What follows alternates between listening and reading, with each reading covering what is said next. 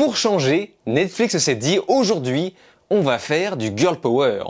La question maintenant est de savoir si ça sort au moins de l'ordinaire.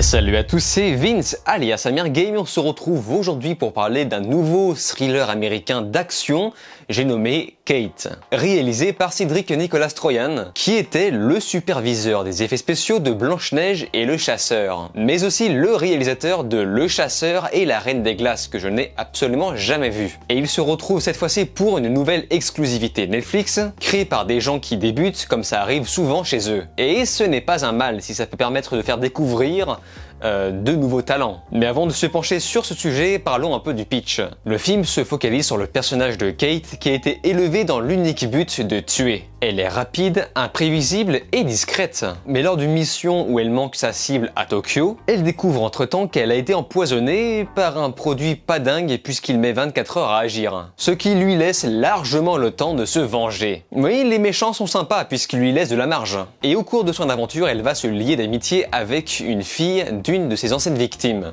Alors, en commençant tout ça, je me suis dit cool, un nouveau long métrage Netflix, Girl Power, où les quelques mecs blancs sont forcément de gros salopards. Et lors de l'introduction, lorsque la nana s'apprête à tirer devant la gamine, j'avais peur qu'on nous fasse le coup du ouin je ne peux pas le faire. Mais non, ce qui permet de poser le ton plus mature du film. À ce moment-là, on peut se dire ok, là le film ne me prend pas trop pour un con. Malheureusement, le reste est un peu prévisible. Il suffit de regarder la tronche de Woody Harrelson pour comprendre quel type de rôle il va jouer. Mais malgré ça, on ne peut pas nier que sa présence impose une certaine classe. Hélas, me concernant, j'ai complètement décroché de l'héroïne. Lorsque j'ai compris où le film cherchait à m'emmener, je savais que j'allais voir une version entrée de gamme de Jason Bourne. C'est-à-dire qu'on fait presque la même chose, mais en moins captivant. D'autant que l'actrice Marie-Elisabeth manque cruellement de charisme dans ce film, et là pour le coup c'est vraiment personnel, puisqu'apparemment tout le monde l'adore. Dans ce film, elle ne fait que répondre aux commandes de son personnage qui manque un petit peu de caractère. Et ce qui fait que je n'ai pas réussi à ressentir de l'empathie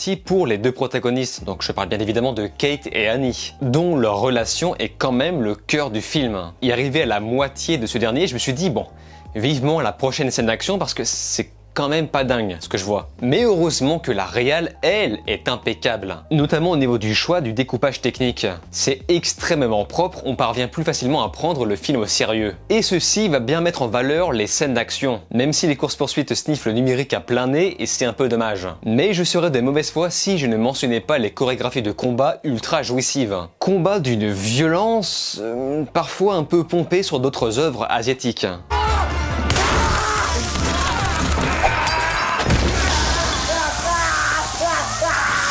Et c'est ça qui fait que malheureusement Kate manque de personnalité. Par exemple, à un moment dans le film, t'as un plan en 360 degrés qui sort pour moi un peu de nulle part. Comme si le réel voulait juste faire quelques exercices de style. Et ça, c'est ce qu'on retrouve énormément parmi les débutants. Débutants qui ont absolument besoin de prouver leur valeur en mettant plein d'effets connus dans le milieu du cinéma. Mais il faut quand même saluer le geste. Mais alors par contre, je ne sais pas pour vous si vous avez déjà vu le film, mais je trouve l'image magnifique. Une belle photographie qui cherche à jouer sur le rose pour refléter le côté moralisateur endormi dans le personnage principal, et tout le reste de la colorimétrie bleutée violet sombre qui pose une ambiance propre au thriller. Mais j'ai l'impression que le reste cherche à reproduire ce que l'on fait de mieux dans l'action asiatique, notamment sur certaines prises de vue des décors. Et à côté, on a les musiques rock à la japonaise sympa, pour poser un style qu'on soit fan ou non. Mais le reste, ce sont juste des musiques de thriller très génériques.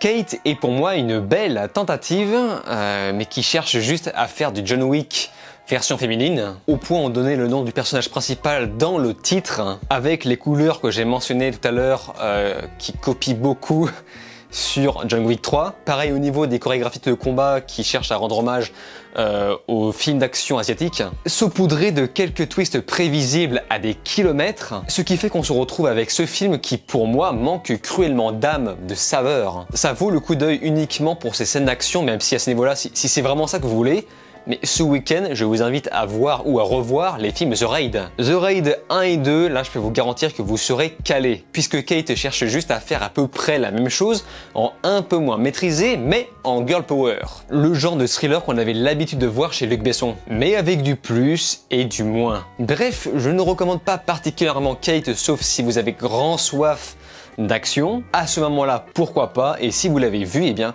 écoutez, comme d'habitude, votre avis m'intéresse, donc n'hésitez pas à m'en faire part dans les commentaires, vous me connaissez, je lis et réponds à quasiment tout le monde. Sur ce, on se laisse ici, n'oubliez pas de vous abonner à ma chaîne YouTube, cliquez sur la cloche, likez, partagez et de regarder mes autres vidéos. Je vous dis alors ciao et à la prochaine.